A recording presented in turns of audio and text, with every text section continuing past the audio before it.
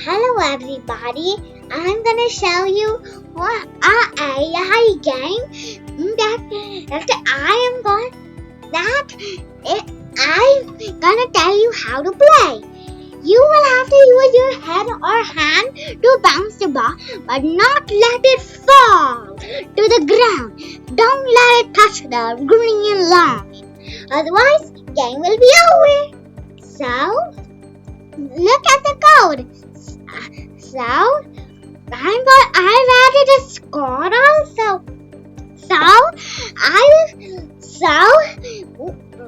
When I touch the ball, it plays boing song,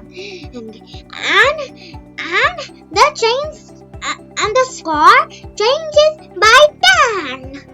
Okay, so now I'm going to show you these are the AI blocks I've used. I've set the background transparency to 50 and the video motion on sprite is greater than 30. So this is the code for the ball. So if touching line and switch backdrop to the game over backdrop, and it'll stop everything. So now I'm gonna show you my game, and so I have to turn off my video for this.